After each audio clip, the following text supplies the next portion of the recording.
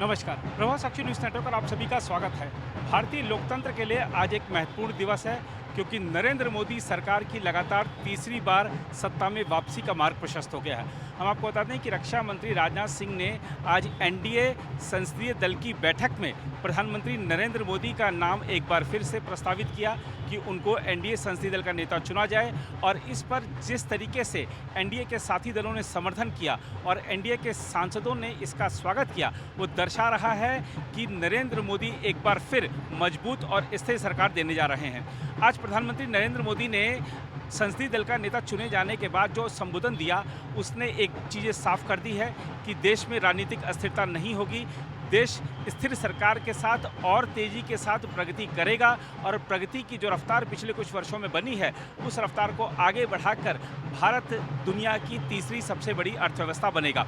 आज प्रधानमंत्री नरेंद्र मोदी ने अपने संबोधन के माध्यम से जिस तरीके से एनडीए के सदस्यों का और स्वागत तो किया ही, साथ ही कहा कि गठबंधन धर्म हम निभाते रहेंगे। और इसके अलावा जो एनडीए के घटक हैं, उन्होंने जिस तरीके से पूरा साथ देने का, 5 साल तक साथ देने का जो वादा किया है प्रधानमंत्री नरेंद्र मोदी से, बीजेपी से और एनडीए से, वो भी एक दुनिया को स्पष्ट संदेश दे गया है कि एनडीए को जो स्पष्ट बहुमत जनादेश मिला है, उसके चलते एक स्थिर सरकार देश में चलती रहेगी। आइए आपको प्रभात साक्षी की इस खास रिपोर्ट में दिखाते हैं कि आज जब प्रधानमंत्री नरेंद्र मोदी को एक बार फिर यानी लगातार तीसरी बार एनडीए संसदीय दल का नेता चुना जा रहा था, तो किसने अपने संबोधन में क्या बड़ी बात कही है। सबसे पहले आपको दिखाएंगे रक्षा मंत्री राजनाथ सिंह ने क्या कहा, फिर आपको दिखाएंगे नीतीश कुमार, फिर चंद्रबाबू नायडू और उसके बाद प्रधानमंत्री नरेंद्र मोदी के संबोधन की बड़ी बातें। साथियों, आप सबको जानकारी है कि आज हम भारतीय जनता पार्टी के संसदीय दल के नेता व एनडीए संसदीय दल के नेता व लोकसभा में नेता के चयन के लिए यहां पर हम सब एकत्रित हैं। मैं समझता हूं कि मोदी जी का नाम इन सारे पदों के लिए सबसे योग्य, उपयुक्त और सर्वोत्तम। और साथियों, यह बात मैं इसलिए कह रहा हूं कि मंत्रिमंडल में उनके सहयोगी के रूप में उनकी कार्यक्षमता, उनकी कार्यकुशलता, दूरदर्शिता, प्रामाणिकता को मैंने प्रत्यक्ष देखा है। और केवल मैंने ही नहीं देखा है, बल्कि समस्त देशवासियों ने इसे देखा है।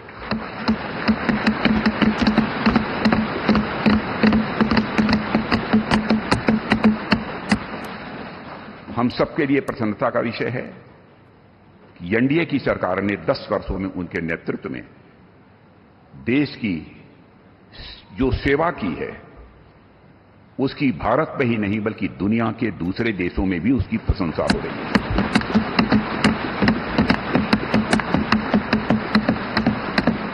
हम सबको यह सौभाग्य प्राप्त हुआ है कि तीसरी बार हम लोगों की एनडीए की सरकार बनने जा रही है।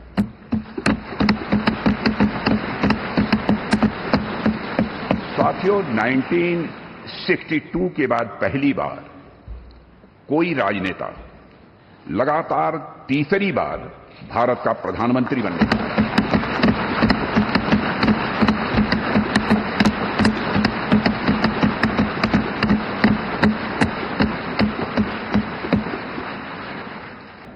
और आप जान लीजिए कि कुछ लोग, हम लोगों को तो अब लगता है कि अगली बार जो आप आइएगा ना, तो इस बार हम देखें कि कुछ इधर उधर कुछ जीत गया है, अगली बार सब हारेगा, हमको पूरा भरोसा है।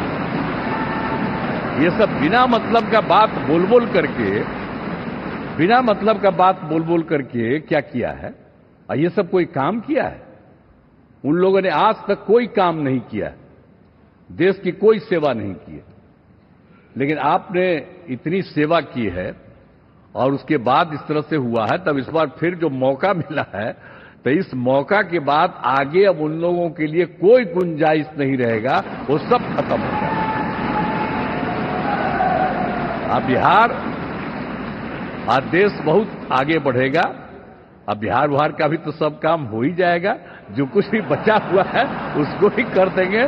सबसे पुराना इलाका है, तो इसीलिए हम लोग तो पूरे तौर पर हर तरह से जो आप चाहिएगा उस काम के लिए हम लोग लगे रहेंगे और बहुत अच्छा होगा। अब जितने लोग साथ हुए हैं अब बहुत अच्छा है और सब लोग बहुत अच्छे ढंग से अपनी बात कर रहे हैं, तो सब लोग ठीक हैं।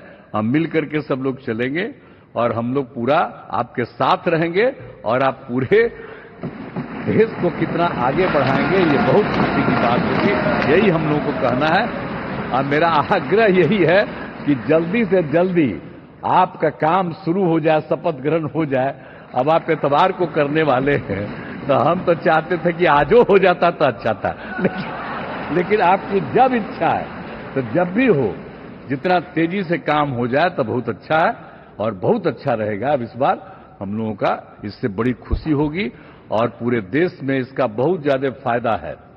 इधर उधर कोई करना चाहता उसको कोई लाभ नहीं है, तो इसीलिए मैं आपका अभिनंदन करता हूं और आपके नेतृत्व में सब लोग काम करेंगे, सब लोग चलेंगे इन्हीं शब्दों के साथ।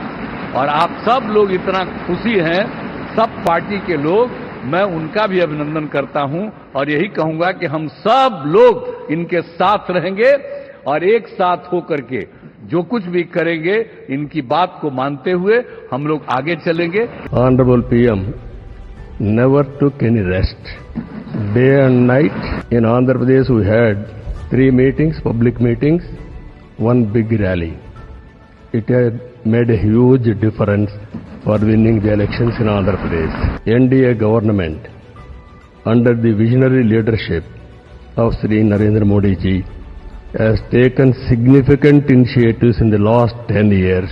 Narendra Modi ji focused and dedicated approach has transformed the nation into a global powerhouse. I am in the politics for the last 4 decades. I have seen so many leaders. I can give entire credit for Narendra Modi ji for making India proud globally. That is his biggest achievement for the country. Now, under his leadership, we have reached 5th largest economy in the world. Now, we are confident during this tenure, he is going to make India 3rd largest economy in the world. He is planning Vikasit Bharat Vision 2047. We are very confident under his leadership, India will become either 1 or 2 globally. It is going to happen. I am confident under his leadership, Indians are going to become global leaders in the near future. It is going to happen. Narendra Modi ji is having a vision and also is having a zeal and also his execution is very perfect and also he is executing all his policies with a true spirit. Always to have a leader. Right time is a great asset for the nation. Today, India is having a right leader, right time. That is Narendra Modi ji. आपने देखा 2 दिन कैसा चला, जैसे हम तो हार चुके हैं, गए, सब चारों तरफ यही दिखता था, क्योंकि उनको अपने कार्यकर्ताओं का मोरल हाई करने के लिए ऐसे काल्पनिक परेड ये करने पड़ रहे हैं। और साथियों, गठबंधन के इतिहास में अगर आंकड़ों के हिसाब से देखें तो ये सबसे मजबूत गठबंधन की सरकार है।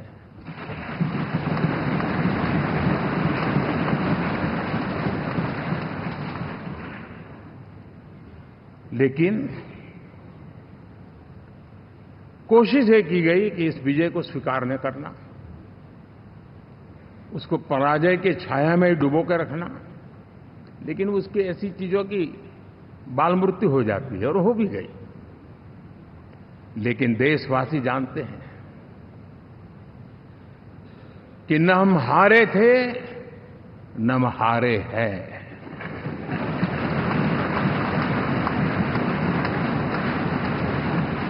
लेकिन 4 तारीख के बाद हमारा जो व्यवहार रहा है वो हमारी वो पहचान बताता है कि हम विजय को पचाना जानते हैं।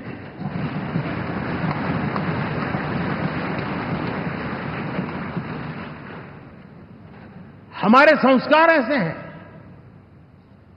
कि विजय की गोद में उन्माद पैदा नहीं होता है और न ही पराजित लोगों के प्रति उपहास करने के हमारे संस्कार हैं। हम विजय को भी पचाते हैं और पराजित का भी उपहास करने की विकृति हम नहीं पालते। ये हमारे संस्कार हैं। अब किसी भी बालक को पूछो कि भाई लोकसभा के चुनाव के पहले सरकार किसकी थी, तो कहेगा एनडीए। 24 के नतीजों के बाद सरकार किसकी बनी, एनडीए। फिर हारे कहां से भाई? पहले भी एनडीए थी, आज भी एनडीए और कल भी एनडीए है। 10 साल बाद भी कांग्रेस 100 के आंकड़े को नहीं छू पाई।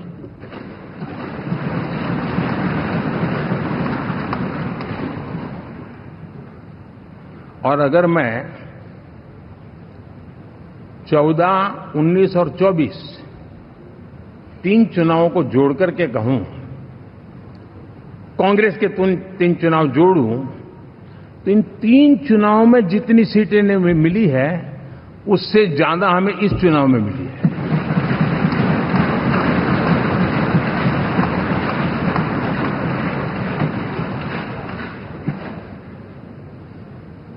और मैं साफ देख रहा हूं साथियों, एनडीए वालों को अंदाज नहीं है।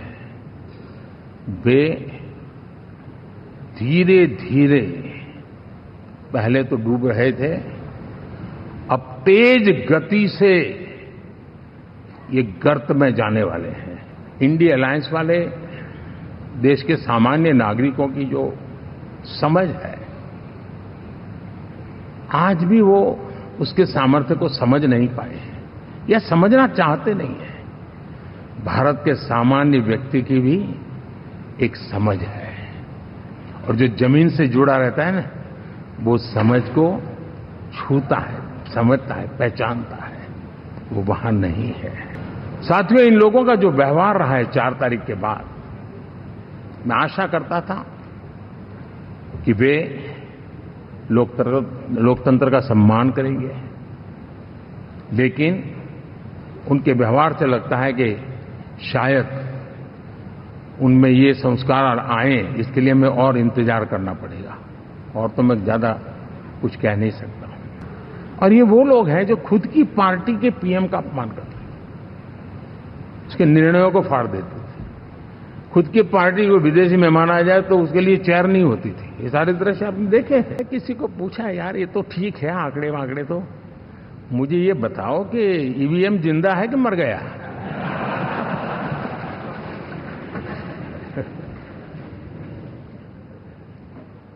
क्योंकि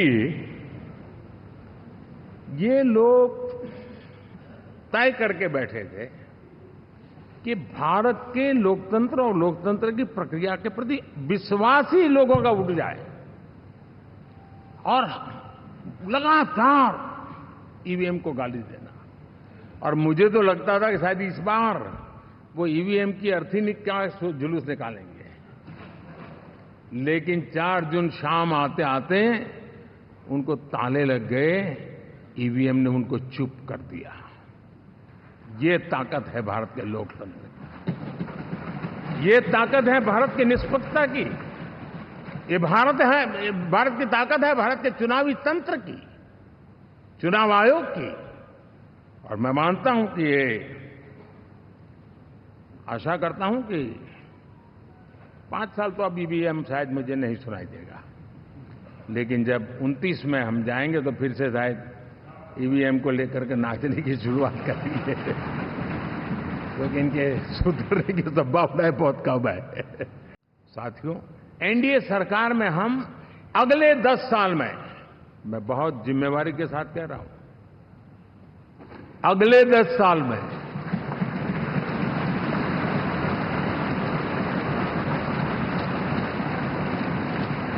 गुड गवर्नेंस,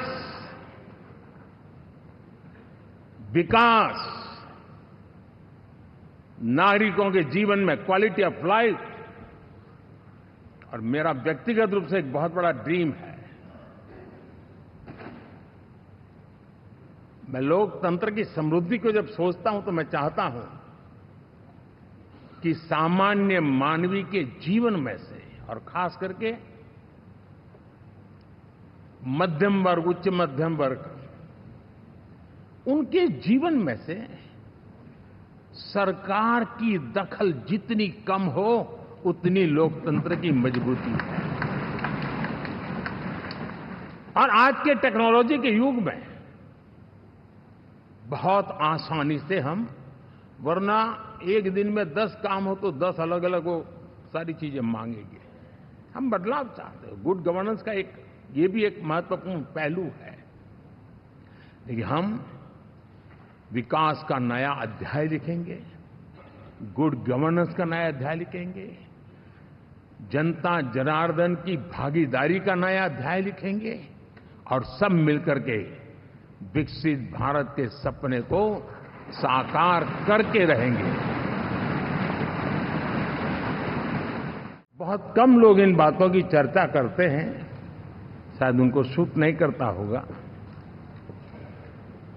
लेकिन हिंदुस्तान के इतने महान लोकतंत्र की ताकत देखिए कि एनडीए आज देश में 22 राज्यों में लोगों ने उनको सरकार बनाकर के सेवा करने का मौका दिया।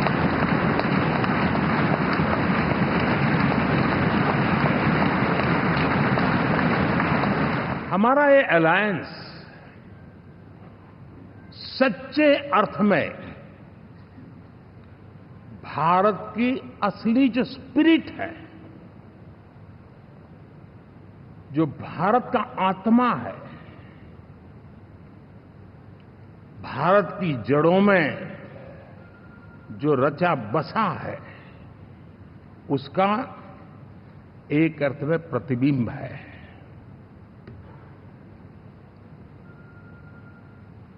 और मैं इसलिए कह रहा हूं कि थोड़ी नजर करें, हमारे देश में 10 ऐसे राज्य जहां हमारे आदिवासी बंधुओं की संख्या प्रभावी रूप से है, निर्णायक रूप से है, जहां इस आबादी आदिवासियों की ज्यादा है, ऐसे 10 राज्यों में से 7 राज्यों में एनडीए सेवा कर रहा है। साथियों, हम सर्वपंथ संभाव के हमारे संविधान को समर्पित है, और देश में चाहे हमारा गोवा हो या हमारा नॉर्थ ईस्ट हो, जहां बहुत बड़ी मात्रा में हमारे ईसाई भाई बहन रहते हैं, आज हम उन राज्यों में भी एनडीए के रूप में सेवा का अवसर हमें मिला हुआ है। अगर आप भी लेना चाहते हैं देश दुनिया की तमाम जानकारी, तो आज ही सब्सक्राइब करें हमारे चैनल को। साथ ही नीचे दिए बेल आइकन को जरूर दबाएं ताकि हर अपडेट आप तक पहुंच सके।